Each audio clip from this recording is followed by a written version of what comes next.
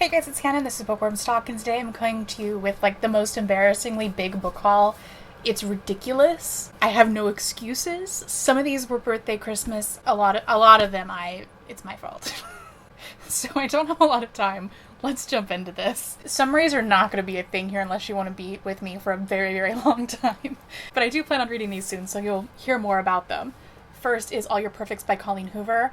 I've had this on my list forever. It was inspired by one of my favorite songs from the Airborne Toxic event called Bride and Groom, and I've wanted to read it since then, but I just despised the first cover, so when this one came out, I was like, literally anything's better than people kissing on a cover, so I bought that one. Float Planet by Trish. This one's supposed to be a bit more sad. I think it's about a woman whose fiance had committed suicide, and maybe sailing was their thing? Yes, sailing was their thing. More about grief, I think. I think there's a little love, but I think it's more about grief. So this one's a bit different because it's third person from a guy's kind of point of view, more about him. He's in a rough spot in his relationship because he found out that his girlfriend's been like faking it, and so there's this like secret dudes romance book club. I think the premise of this is hilarious. And they're like basically like helping each other. It looks funny as fuck to me. This one's an old love of mine, and I never had a physical copy of it, so I went ahead and I got this one. This one is On the Island by Tracy Garvis Graves. It is one of the first books that I reviewed ages ago, and I've read it again since, and it's just as great as I remember it. I loved it. Next is The Love That Split the World. This is by Emily Henry. It's a YA, but I have a newfound love for Emily Henry. I know I haven't reviewed her books yet, but that's just because I want to do the books justice. But I love her writing. Everyone kind of knows about this one. It's Beautiful World, Where Are You by Sally Rooney. I like some of her other things. I've read Normal People, and I loved Mr. Salary, and I'm hoping that I like this one. I'm ready for the existential crisis. Speaking of existential crises, I heard this is so beautifully written. I got this as a present, and I'm so excited. It's been on my to-be-read for forever. This is On Earth We're Briefly Gorgeous by Ocean Vuong. There are lots of little quotes that I've seen scattered around Instagram that I've saved, and I'm so excited to read that. While we're kind of talking about books that Instagram very much made me want to read, this is My Year of Rest and Relaxation. I really don't know how to say the author's name. I'm going to have to look it up before I try. This is a bit different for me because it's supposed to be like, I don't want to call it a comedy, but like black comedy kind of direction, if that makes sense. Next, I have The Simple Wild by K.A. Tucker. I've seen this on lists, and it's crossed my path a few different times. I read 10 Tiny Breaths of hers, a book from her, years and years ago, and I remember really loving it. And I wanted to give this one a shot, especially because of some other books that I'm about to get to. Kind of gave me the similar vibe.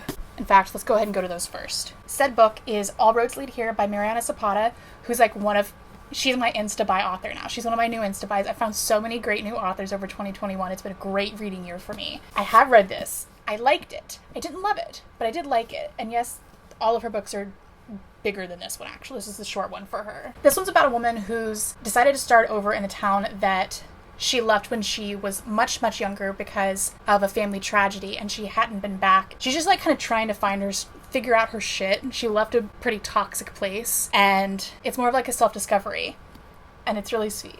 I liked it. Should we go on a Mariana Zapata train for just a second? I won't give summaries for them all. From Luke Off with Love, it's tied as my favorite, Mariana Zapata. This is about two figure skaters that are rivals that are forced to work together, and the banter is unmatched. It's so good. They're like kind of horribly, it's very much enemies to lovers. Also, I think ever since reading like Wuthering Heights, I don't think anyone is too mean now.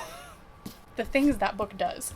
Next is my other one that is tied as a favorite of Mariana Zapata's. It is Wait For It. Oh, the love is so strong. I won't give you a summary. I'm going to get too lost in this. The OG, The Wall of Winnipeg, a sports romance. Me, right? Ever? No. Anyway, surprised the shit out of me that I liked this as much as I did. It's what got me getting and reading all of her other books. And then we have Colty, which is another one of my big favorites. So good. I love the characters in this one, like probably the most, I think. Next, I have Wait For It by Jen Mcleaney. McCleaney? Yeah. It's based in Phoenix, I think. Arizona for sure. Yeah, Phoenix. 99% Mine by Sally Thorne. This is, I think, the Australian cover, which I liked more. She is who wrote The Hating Game, and I ended up really liking this. I think I actually need to adjust my star rating to make it a bit higher. I'd probably give this 4 stars, but it's so not for everyone. Like, the characters can be kind of off-putting, and they're very flawed and very rough, and I'm down with that, but a lot of people, if the characters, they just don't like them as people, they have a hard time with it. Anyway, plan on reviewing this. I really liked it. I've been considering rereading it, actually. Just Last Night by Marnie McFarlane. Or is it McFarlane? My last name is McFarlane. So, like, is it the same or is it McFarlane? This is how my name has been spelled all through school. They always felt just like this. I'm extremely excited to read this one. It's actually at the top of my TBR, my very precariously stacked TBR. Next is The Light We Lost by Jill Centalopolo. I think I did enough allos in that. I thought I did one too many. I think this one's gonna make me cry. I don't want to read the summary to it or it'll give everything away. Oh yeah, I picked up another Marty McFarlane one. I don't know. We got these ones thrifting, I think. Okay, that is all for my physical... Oh fuck, don't fall. That is all for my physical books.